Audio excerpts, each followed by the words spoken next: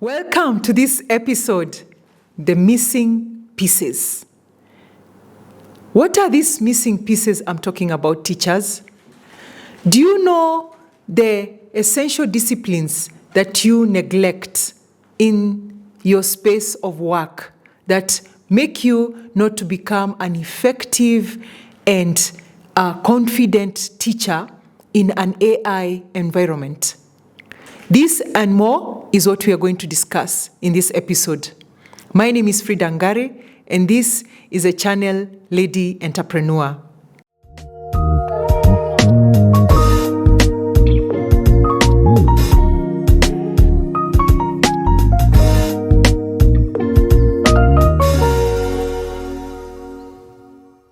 So, what are these missing pieces I'm talking about?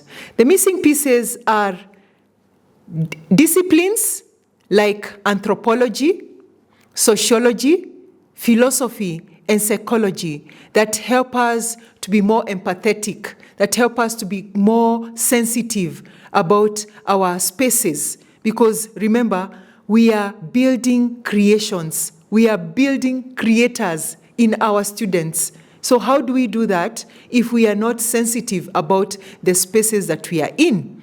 So I want to define these spaces, these places that we are talking about, these disciplines. And the first discipline I want to define is the discipline of anthropology. Anthropology is a field of studying human societies and cultures. And why is it so crucial for us to understand our human societies and cultures? And how do we help a student who is from a different cultural background from yours? Remember in one of the podcasts I mentioned how I had difficulties in Rwanda because I'd come from Kenya. Kenya is a very hospitable place, including Rwanda. Kenya is very beautiful, and we are very easygoing. And so, thank God to our education system so far, we also have been able to expand and broaden our disciplines. And one of the cultural shocks that I had in Rwanda was the language barrier. Because while in Kenya, the speaking in the streets and the teaching in our classrooms, they closely connect. In Rwanda, it's the opposite. What they speak at home and in their streets is totally different from what they do in the classrooms and what they do, and totally different from what is accepted as the official language in the offices. So that was a bit confusing because you have these college students who are coming to your class, and they are also working. They have been sponsored by the government, but half of their lives they speak Kinyarwanda and French, and very few times do they speak English. Although the government has already now started introducing English recently, English and Kiswahili in the space, but how many of them speak that? So these are some of the things that we are talking about when we are looking at the discipline of anthropology. So for me, as somebody who has been affected by this, I think it is very important in our teaching practice and in our teacher training colleges to instill this discipline in all aspects of the education journey of a teacher, so that they are able to embrace the cultures, they accept the diversity and blend in. You know, another thing that is quite interesting is how when the Caucasians or foreign nationalities and expatriates come into our country, you are shocked about how they blend in so fast. And that's why even right now, even as you are complaining about why they have access to so many things that even we ourselves as Kenyans do not have access, it's because of they already have been taught the values that discipline instills in an individual. When you learn anthropology, when you learn about cultures from early on, When you go to that culture, it's very easy for you to blend in, to learn how to speak the language very fast, learn how to interact with the people very fast, and enjoy the opportunities. You build your confidence and stay in that community and take out the best of yourself and the best from them. And both of you, we are win-win. But this time, we are saying, it should also be from us. We should be able to do the same thing. So if it is an AI environment that requires us to be very creative, let that student be a student that has expressed their culture. They have, and we have different ways of expressing our cultures, either in religion.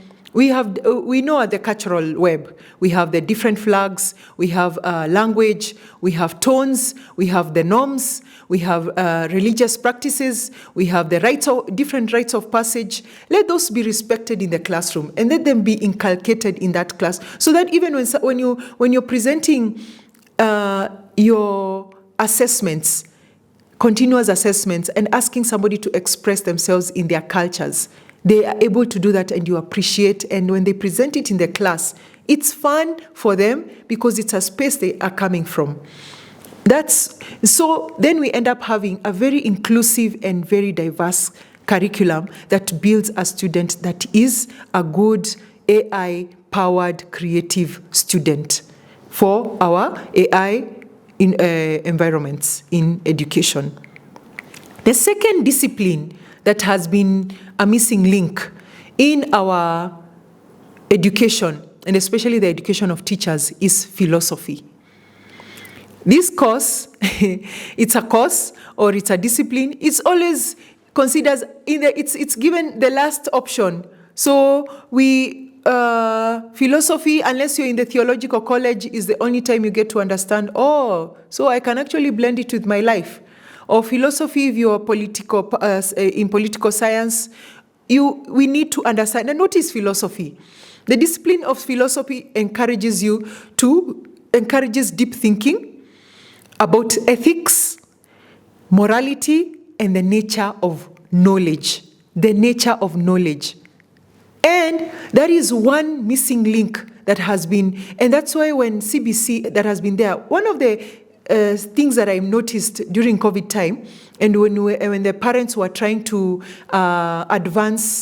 understand this CBC. CBC had just been launched in the schools, and now there is COVID, and then you're telling them, no, you have to also participate in CBC as a parent. They did not understand what you are talking about. Why? Because the teacher was not able to explain well to the parent the purpose, the nature of the knowledge. What is that? What the knowledge you are bringing in the classroom? This knowledge, how does it blend with, what is it for? So when you tell a student to go and build a scarecrow, have you given them the reasons why? Because that was the first joke I saw on Facebook. And people, from my side, okay, well, because my parents are, I love my parents, but they really exposed me to their library. Their books of their library was very vast. So I knew scarecrows are good for agriculture. The scarecrows are used. That's my perspective. So I didn't see why people were laughing about it. I did not understand how when somebody is bringing in this, telling a student to build a scarecrow, and you have not told them why, what that means. Are you bringing it? Is that a cultural issue, or is it a belief system, or is it a bias, or how is it going to support that student when they're applying their creativity in the context that you have given them? The content in the classroom and the contexts and the assignments that you have given them to practice and to apply at home. So philosophy helps the student to understand themselves first, and helps the teacher also to understand herself, her beliefs, so that you are able to be firm. Remember, you are supposed to be a heroic teacher. You are able to be firm in your stand. And you're able to say, this is the value system that I want to upload. When you are graduating from my class, I want you to be this good. I want you to be this kind of person. And The people who are very good in philosophy are very charismatic. They have very many people moving because they already embraced a good belief system. They already have embraced a value system that really helps them to advance in the society. They understand the biases and they understand how to fight off those kind of biases and to foster a very good empathetic space where you're able to embrace many people in your class. You're able to be inclusive, and the diversity in your classroom is so rich. And there's a comment the other day, one of the schools where I don't understand why, but graduation is done totally different. The whites graduation, okay, we are in Kenya, but we have some foreign nationalities, but during graduation, they don't graduate at the same time. The foreign nationalities graduate, especially the white Caucasians, will graduate on a different date from the Kenyan student. And that is really bad. Why would you allow something like that in a graduation? Or why would you allow such separations? But if your philosophy is clear, if you believe in what you are setting up is a safe space, and these people have grown in that space together, let those parents and let all the teachers and the parents and the administration accept that inclusiveness and collaboration even during graduations. Okay? So philosophy helps you to also advance in your reflections. It helps you to advance in your ethics and ethical discussions about how far can this topic be discussed in a classroom. How is it going to affect me in the future? How is it going to affect my AI contribution or my AI space in the workplace? As a teacher, how does it help you to experience other people's experiences and to appreciate their own experiences? So so I've already mentioned, so the first one is anthropology, understand the cultures. The second one is philosophy, understand your own belief systems and how to be reflective about them and how they blend with other people in your space. So you become a better creator because you also borrow from other spaces. We are not an island. You thrive well when you share. Creativity thrives in growth. Just like when you plant a seed, when you put it in one place, it has the nutrients from the soil, it has the nutrients from the air, it has the nutrients from the sun, and it has the nutrients from the water. Those are 4 aspects that contribute to the growth of this seed and to become a huge tree or to become a huge plant that can be consumed by humanity. That is what we are saying is a good space for AI. The third discipline that is very essential is sociology. And what is sociology? Sociology is a study. It's a study of the development, the structure, and the functioning of the human society. So the AI student comes into your classroom. They are creative. You have nurtured them to be good creators. You have nurtured their reflective, their creativity, their critical thinking. You have nurtured their collaborative styles. You have nurtured their communication styles. You have nurtured a lot of interpersonal and intrapersonal skills in them. So they are the best version of themselves. But after graduation, they come into the world where they come into a space where they meet the first person.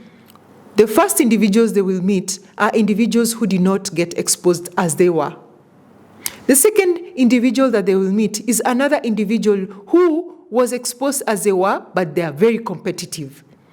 Another individual that they will meet is a person who was not exposed, but is a go-getter, is self-made. Then the other person that they will meet is somebody who has a very low self-esteem and want to pull them down. And there are many other characters very many personalities that a student will encounter after graduation. So you as an incoming teacher, I also want to look at what is that space Do you understand the environment? Do you understand why the development, the structure and the functioning of the society that you're going in? If you get a job right now in the Middle East, you've heard of cases in the Middle East, or you get a new job in Canada, very cold space. You get a new job in Europe. Do you take time to understand that sociology and your own sociology?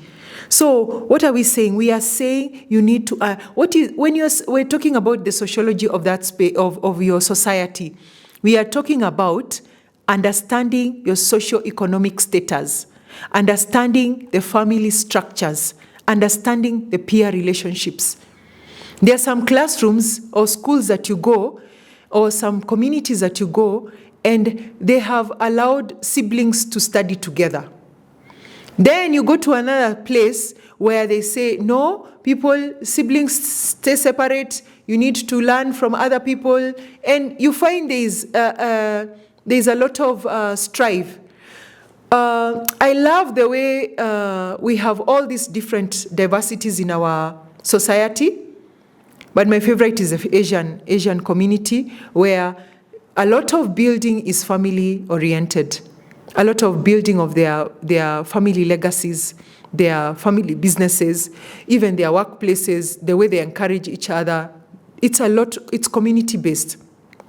And that's a really good way of doing things. And we can instill those positive aspects, because now when we get to know these aspects of human society that are positive, we can share them. And when a student comes into the classroom and is sharing that aspect of their lives in the class, through a skit, through a poem, or they have written a composition, a beautiful composition. They have written a play. They have written a novel. Some have done it's called what? Asterisk? The book that has very many, what do you call it? The comical books. Yeah, those kind of books. So somebody has created a comic book from their own culture, from their own lifestyle, from their own upbringing. I love this activity that we always do, and which should be recommended for everybody in every school, every level, that you do your family tree. How far have you gone with your family to know your family tree? For me, I had to sit down with my parents and understand all the way back to the 1500s, who was my great-grand, my ancestors in the 1500s. We went that far with my parents, and it was so much fun to learn. Then it was also another good space for me to sit down with my sister and my brother and explain to them, oh, imagine this is how far we've come. And this was who, this is who, this is who, this is who, and this is why grandpa was like this is why grandma lived like this, and this is what we need to break. Right now we're in the Christmas season. Oh, by the way, yes, this podcast is being done in December, so we're in the Christmas season. And I love what yesterday's teachings were about. When we are looking at during Christmas, we look at the genealogy of Jesus. The whole ancestry of Jesus, 42 generations, we are told, of Jesus Christ. And when you're listening to it in church, you're wondering, so why are you telling me this? But you're forgetting, if you listen to it keenly, every single one of that person has shaped your future today. Every single one of that person shaped the future of for Jesus to come and become the human being that he was. He was fully God and fully man. That's what we believe. And when he came in the human form, there is nothing he changed. He lived 100% like us. He dressed like us, ate like us. Well, the other day somebody said he even fell sick like us because he was a child. And he was at the mercy and the obedience of his parents for a whole 30 years. He lived that life. He was perfectly God and perfectly man. So it is very important for us to do our family trees and understand because that's how you also get to heal. Because that's how also you get to know what is that deep root or deep creative seed that God put in you. Because it can be so deep because you're so being beaten up by our economic situations, our inflation rates, our societal complaints and political challenges. Every time on TV, you're just seeing negativity. But if you understand who you are and where you come from, it's very critical. So sociology is a very important discipline for every teacher to have, to inculcate in their discipline, in their studies, in their life journey, as they develop themselves to be the best teachers who are supporting AI future teachers. And the last one is psychology. Psychology is a field where you explore the human mind and the behavior. And wow, this is big because this is what has brought us to the AI revolution. Because we are saying we can actually manipulate ourselves and now create our own avatars. We can create our own lifestyles. We can create our own homes. I can have a whole boyfriend as an AI. Imagine. I can have a cook as an AI. I can have a robot in my house who does everything for me. So these are environments where we are heading to. So let's get ready for that. Let's not shy away from these environments. It is happening. It is here with us now. That's a space we are in. I have this watch. This is a smartwatch. This smartwatch, every time I walk, it tells me my heart rate. It tells me how healthy I am. It helps me it checks my sleep health. It also checks my steps and my activity. It's able to monitor everything. But now with AI, you'll be able to instill, and it tells you whether you're doing what you need to do, if you have done wrong, if you have not eaten well, and what changes to improve in your eating style, what changes to improve in your kitchen, the atmosphere of your bedroom or your sitting room, when you're having a party, what you need to do, what the ambience will be. There's so much that we'll be able to do with AI that we need to prepare for. And those are the things that we need to teach in our students right now, that they can be able to explore that far. If I can wear a watch that tells about my health, and so when it explodes, now I know, it's time to go and see a specialist on this. It's unlike before when I used to have, when I was young, I had to wait for my mom to get home and check my health, touch my skin, and see whether I am perspirating or I'm having a fever. No. That time now with AI or with a gadget just sitting on the side, which are now quite a number, especially when they came after COVID, the COVID pandemic, we have these gadgets you have to put on the side, and they monitor your health, they monitor your sleeping habits, they monitor your behavior, they monitor your mood, and you're able to live a better, prosperous life. And it's a space that we can get in, teachers. Let's get confident and get ourselves into that space, because when we do it ourselves, then our students are able to do it, then the whole community can do it. So sociology is very good, and it helps us even to understand our traumas. If you're able to do with sociology a whole family tree and understand why this happened to you, or why this happens to you, or why this is happening, you're able to break those boundaries. And you're able to say, okay, from now on, this will not stop. This is ending with me. I'm starting afresh. You are familiar with the story of Abraham, who started a new life for all of us. We are here courtesy of Abraham, and we thank God for that, because he chose to say yes and obeyed. We can also choose to obey, but we have to understand what our environment is. So this discipline of sociology helps you to understand your mental health. It will help you, is it sociology? No, psychology. Psychology, helps you to understand any trauma that you may have that you need to remove, especially that is causing the weaknesses and the challenges of being the heroic leader and confident teacher that you should be in that AI classroom. Then we have the emotional and behavior regulations. You're able to know what standards can you set up in your school, What standards can you instill in the school environment and in your curricula, in our curriculums, in our assessments that helps us to shape the best creators in our economy, in our society right now?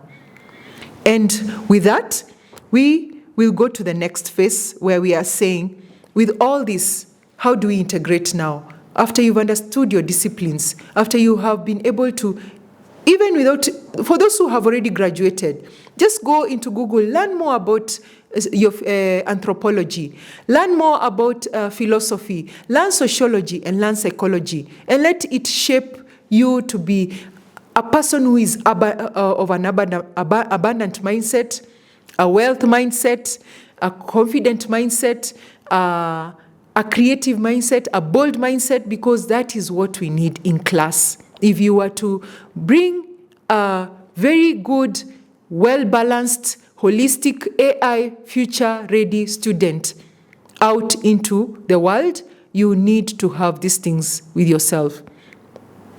And finally, let's also be able to know how we can build these things into our curriculums. As this, I'm calling out to the policymakers, our education policymakers, and those people who are monitoring and advancing our studies. Right now in Kenya, we are starting year 9. Very soon, we are going to start talking about pathways in the next level of senior school.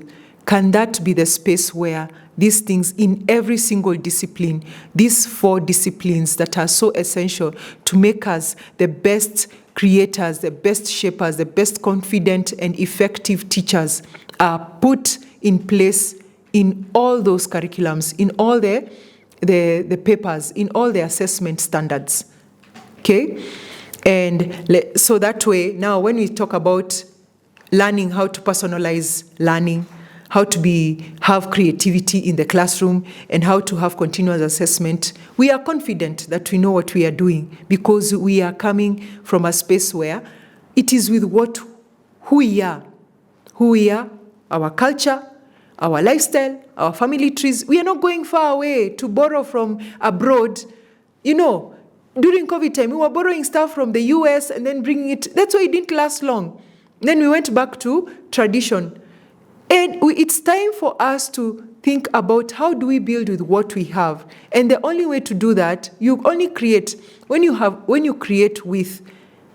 understood your culture, the riches and the benefits in your society, when you've understood your health mentally and the mental situations in your society and how to break them off and how to bring people to become better creators. We need more poets. We need more authors in our country. We need a lot of things to be done from an early age, as early as 6 years old. Let's read those. Let's have those comic books being drawn up. Let's fill our public libraries with those kind of comic, not bringing comic books all the way from London, all the way from the US. We can build our own. Why do we wait for a child out there to do something for us when we can do it? And it's available here. So teachers, we have the creators among us. They are our own children. Let's do it. In Kenya, in East Africa, in our continent. Thank you for watching this episode. I'm so glad that we had this session together. So please go like, share, comment, and subscribe. If you like it, let me hear from you. Those who have my number, call me. Those who have my email address, it's down there on Frida at keladientrepreneur.com. And see you next time. Thank you.